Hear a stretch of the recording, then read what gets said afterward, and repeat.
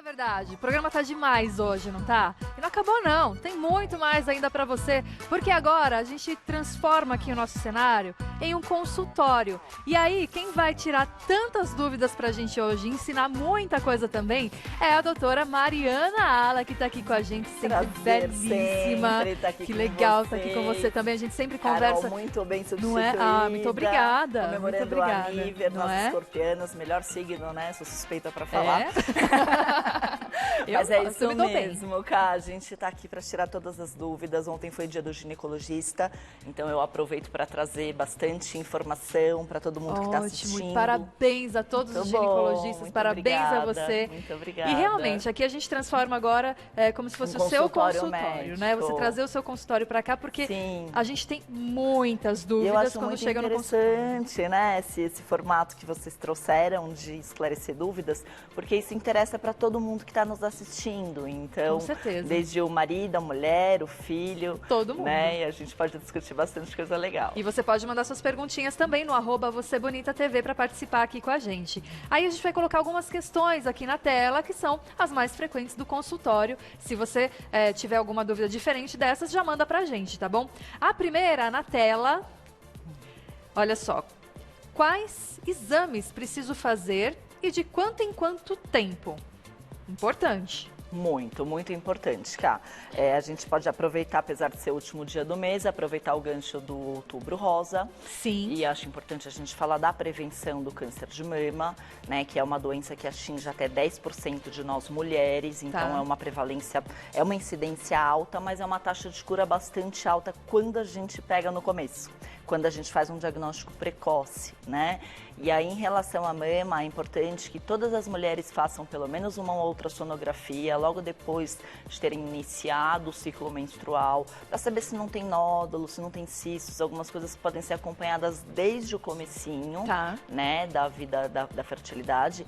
E a gente pode depois pensar no pós-menopausa, assim, na mulher na transição menopausal, acima de 40 anos, ela fazer uma mamografia todos os anos, tá? E o junto ultrassom, um não substitui o outro, então as pessoas às vezes pensam que pode fazer só o ultrassom e não fazer a mamografia. Entendi. A mamografia tem que ser feita anualmente após os 40 anos e isso a gente vai seguir provavelmente até os 65, até mais ou menos, dependendo se a mulher faz reposição hormonal ou não, a gente estica um pouquinho mais. E todos os outros exames que envolvem o tratamento? Todos os outros. Papa Nicolau deve ser feito de forma anual, é importante que a gente faça.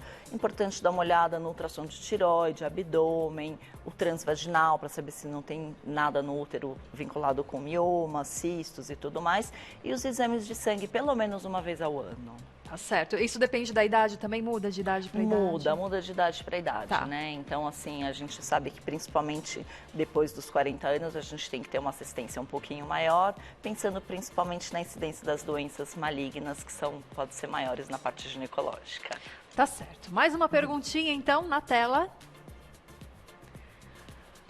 Por que tenho infecção urinária ou candidíase tantas vezes? Estou fazendo algo errado? Ela responde agora? Daqui a pouquinho? Então, agora? Pode responder. Então, vamos lá. Principalmente nessa época que começa a esquentar, né? A gente está com o verão chegando, a gente recebe muita queixa no consultório, principalmente da candidíase. E o que é a candidíase? A candidíase é uma infecção por um fungo, que é um fungo que pode morar no nosso organismo, ele pode estar lá de uma forma tranquilamente com você. Quando cai a sua imunidade, ele vai se proliferar um pouco mais. E aí a mulher vai ter coceira, vai ter corrimento, vai ter desconforto durante a relação sexual e é importante que seja feito o tratamento. Toda vez que a gente fica com o biquíni molhado muito tempo, na praia, agora no verão tá chegando, calor, isso pode, calça jeans, então pós-academia, fica com aquela roupa suada há muito tempo, muito bom. Então, eu sempre peço para tomar esse cuidado, não ficar usando absorventes diários, porque isso também abafa a região. Agora, mais importante de tudo, não só também lavar as calcinhas com sabonete de coco ou sabão próprio para isso. Isso é uma medida importante. Dormir sem calcinhas é uma medida importante também. Não usar roupa apertada o tempo todo. Mas o mais importante, gente, é a alimentação. Porque quando a gente pensa que é só aquilo que você está vestindo, está se comportando, e a gente esquece da alimentação, você acaba errando. A imunidade tem a ver com isso. Tem muito a ver com isso. E de que esse fungo gosta muito? Ele gosta muito de açúcar. Então, Olha. açúcar, carboidrato refinado, farinha branca e álcool são coisas que vão aumentar a proliferação desse fungo e diminui as defesas locais. Então, eu sempre falo para pacientes, às vezes ela fala, eu fui viajar, eu nem usei biquíni, mas voltei com candidíase. Por que isso acontece muito? Porque acabou exagerando na bebida alcoólica, nos doces, nas farinhas brancas, no açúcar, e isso vai aumentar a proliferação. Muito interessante isso. Desse fungo na vagina. E às vezes é uma coisa que a gente não imagina, não né? Imagina, eu gosto que a muito de alimentação explicar. Que vai causar isso. E aí, sobre a urina, né, a infecção urinária de repetição também tem a ver com essa questão da gente tomar os cuidados locais. Então, a gente fala muito da cistite e da lua de mel, quando tem relação várias vezes, isso pode cair a imunidade local. Então, o que é infecção urinária? É a subida da bactéria através, que sai do ânus, através da uretra. Então, fazer xixi depois da relação, tomar bastante água, tudo isso são medidas. O cranberry é uma coisa interessante para a gente ingerir, são medidas para a gente evitar que ela volte. Bom, a gente volta então com a nossa perguntinha. Aliás, a gente pode voltar essa perguntinha na tela, só para a gente relembrar, que a doutora já vai responder. O que são os sangramentos que ocorrem quando estou no meio da cartela da pílula? Interessante. Muito. Isso acontece de uma forma muito frequente e as pacientes às vezes vêm me perguntar, doutora, será que eu estou grávida porque eu estou usando a pílula, estou sangrando no meio do ciclo? Então, o que a gente precisa saber? Bom, em primeiro lugar, a pílula anticoncepcional, ela faz um bloqueio da nossa ovulação. Ela vai lá no seu cérebro e manda um recado para o seu hipotálamo parar de produzir as gonadotrofinas que fazem você ovular todos os meses. Então, você não ovula. Tá? Com isso, o seu útero vai diminuir de tamanho, o seu endométrio, que é a camada de dentro, fica fininha, como se tivesse adormecido, bem quietinho, para não ficar sendo estimulado, porque os ovários também vão diminuir a produção dos estrogênios próprios. Aí, o que acontece com isso? A camada de dentro fica muito fina. E isso ela pode descamar. E aí você tem esse sangramento. Fica mais sensível. Como se ficasse um pouco mais sensível, ela fica bem mais fininha. Agora, aproveitando a pauta sobre a questão sobre anticoncepcionais, eu já sei que a maioria das pessoas sabem que eu não sou a favor do uso de anticoncepcionais orais hormonais combinados. Por quê? Porque esse bloqueio que é feito no hipotálamo, a gente pode ter uma queda principalmente de hormônios próprios, como a testosterona. E aí a gente tem piora do nosso humor, a gente pode ter piora da nossa libido, a gente acaba tendo uma diminuição da vitamina B12, que é importante para a nossa memória. A gente pode ter inchaços e a gente pode aumentar de 6 a 8 vezes o risco de trombose.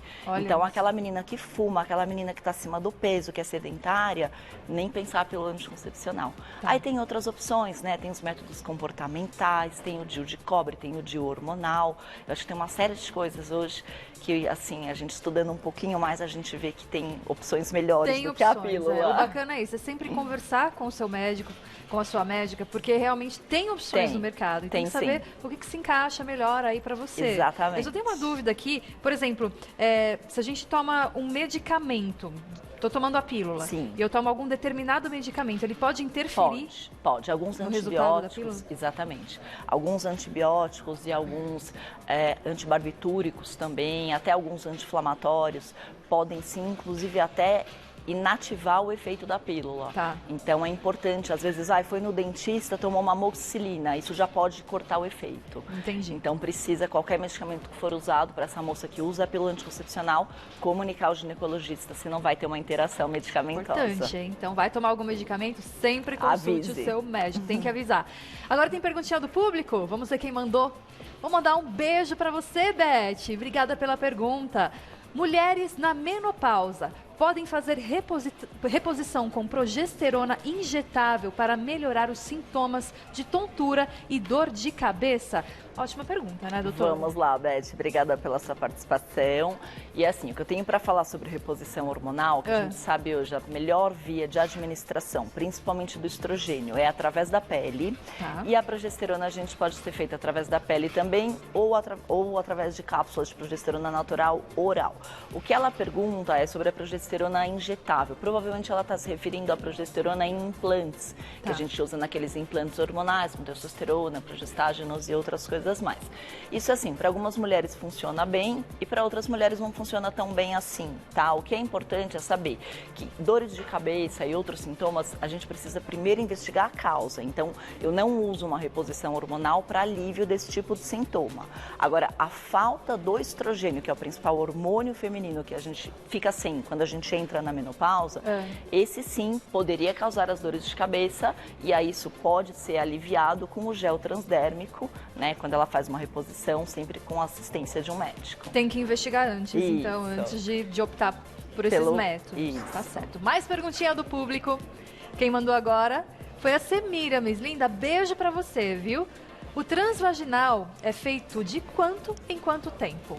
Ótima pergunta. A gente pode fazer o transvaginal uma vez ao ano. Tá. Se tiver algum outro problema, então de repente ela tem que fazer um controle de cistos ovarianos, de miomas ou outras patologias assim, aí a gente pode fazer esse ultrassom a cada 3 meses ou até a cada 6 meses. Mas normalmente uma vez ao ano, uma vez a cada 2 anos, se não tiver patologia nenhuma, tá tudo bem. Ótimo. Uma vez por ano sempre tem que visitar o ginecologista, Com né, certeza. gente? Mais perguntinha? Olha lá. A Natasha, que linda, olha, tá grávida. Que família linda, beijo pra você. Quanto tempo é normal o sangramento pós-cesárea? Muito bem, Natasha. O puerpério é um período de 42 dias após o parto. Então, dentro desses 42 dias é muito comum sangrar. Tem mulheres que têm a cesárea e no dia seguinte já param totalmente de sangrar.